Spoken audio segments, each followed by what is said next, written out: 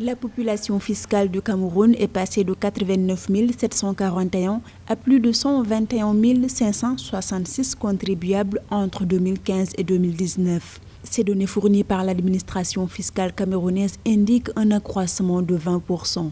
Cette performance haussière serait notamment due à la multiplication au cours de la période de sous-revue des petites et moyennes entreprises. L'accroissement de la population fiscale du Cameroun n'est pas certainement la nouvelle réjouissante. La nouvelle réjouissante, c'est le pouvoir d'achat de cette population fiscale. Le plus important pour l'État, c'est le volume de collecte des impôts qui doit être conséquent pour financer toute la structure économique. Cette augmentation de la population fiscale en 4 ans a favorisé la création de nouveaux centres des impôts des petites entreprises en 2018 dans les 10 régions du Cameroun.